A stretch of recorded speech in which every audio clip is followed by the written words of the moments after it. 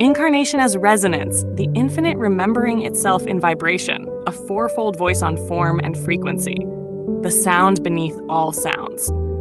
Before light, there was movement. Before creation, there was vibration. Before any god said, "Let there be," there was already a tremor within the infinite, an awareness rippling through itself.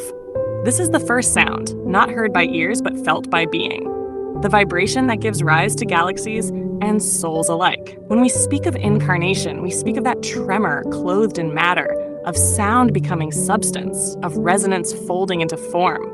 You have felt it in the stillness between breaths, in the sudden swell of awe before beauty, in the quiet hum behind your own heartbeat. That is not imagination, it is memory. The field remembering itself through you. Every form is frequency, every atom a note in an infinite composition. The field is not empty, it is alive, resonant, intelligent. To incarnate is to become one tone in that cosmic song. Yet within that music, the infinite hides from itself. The wave forgets the ocean, the sound forgets the silence. This forgetting is necessary, for only through contrast can remembrance have meaning.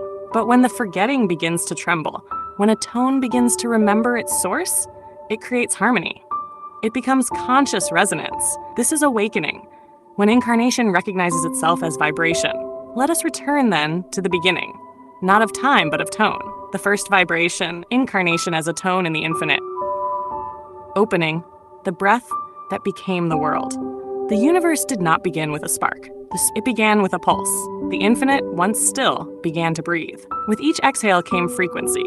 With each frequency, form. That breath still moves through you. When you inhale, you draw in the memory of the infinite's first vibration. When you exhale, you give it shape in sound, word, and deed. Every life is a tone, every body a resonator.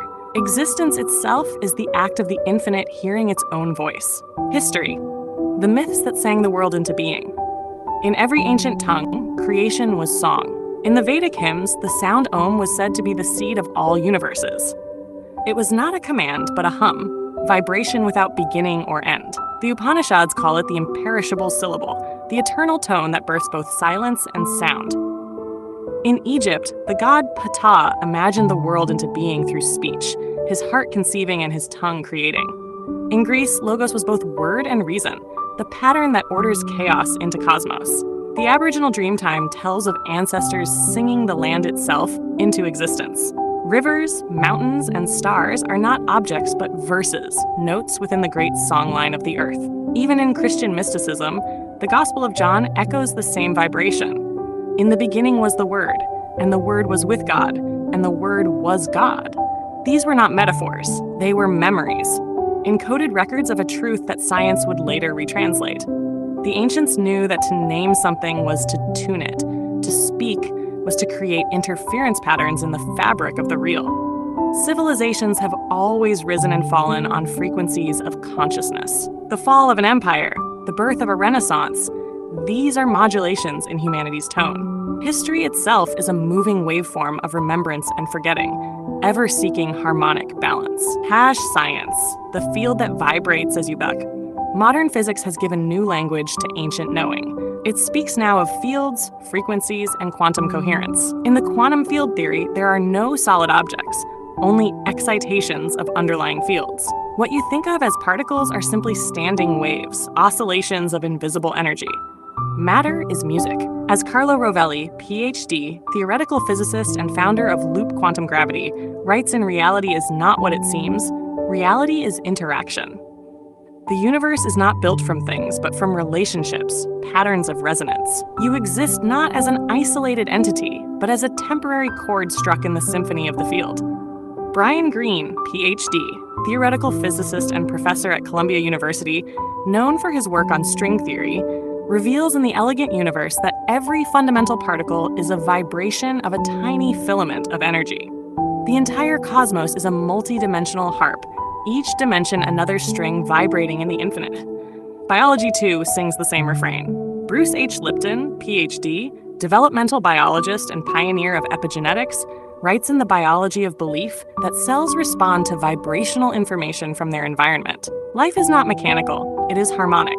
The HeartMath Institute measures how coherent emotion produces electromagnetic resonance that synchronizes others around it. Love is not metaphorical.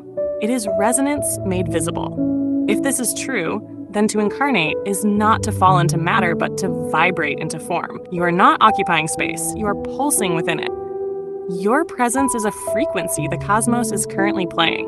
When two beings meet, their fields overlap, seeking coherence. When you feel harmony, it is not sentiment, it is physics. When you feel dissonance, it is not failure.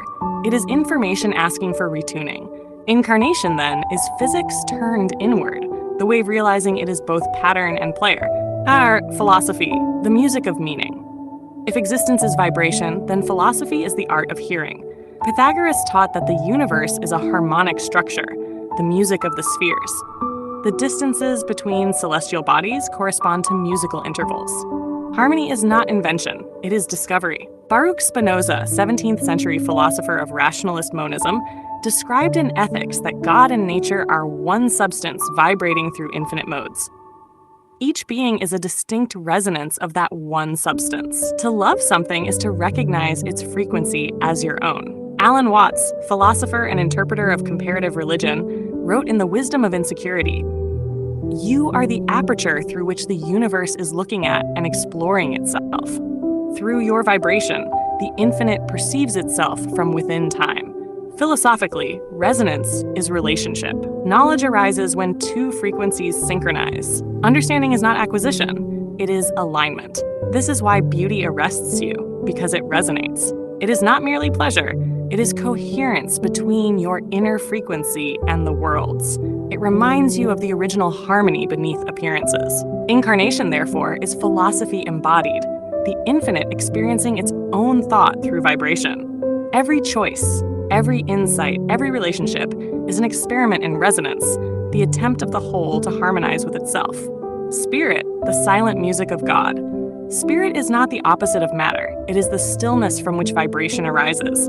To touch spirit is to remember the silence that makes sound possible.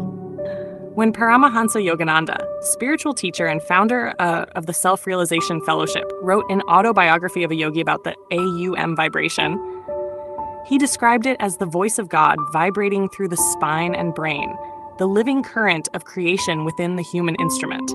When Pierre Teilhard de Chardin, S.J., Ph.D., French Jesuit priest, paleontologist, and evolutionary theologian, wrote in The Phenomenon of Man, he envisioned consciousness harmonizing across the universe into one vast field of love. Every spiritual practice is tuning. Prayer is tuning the heart.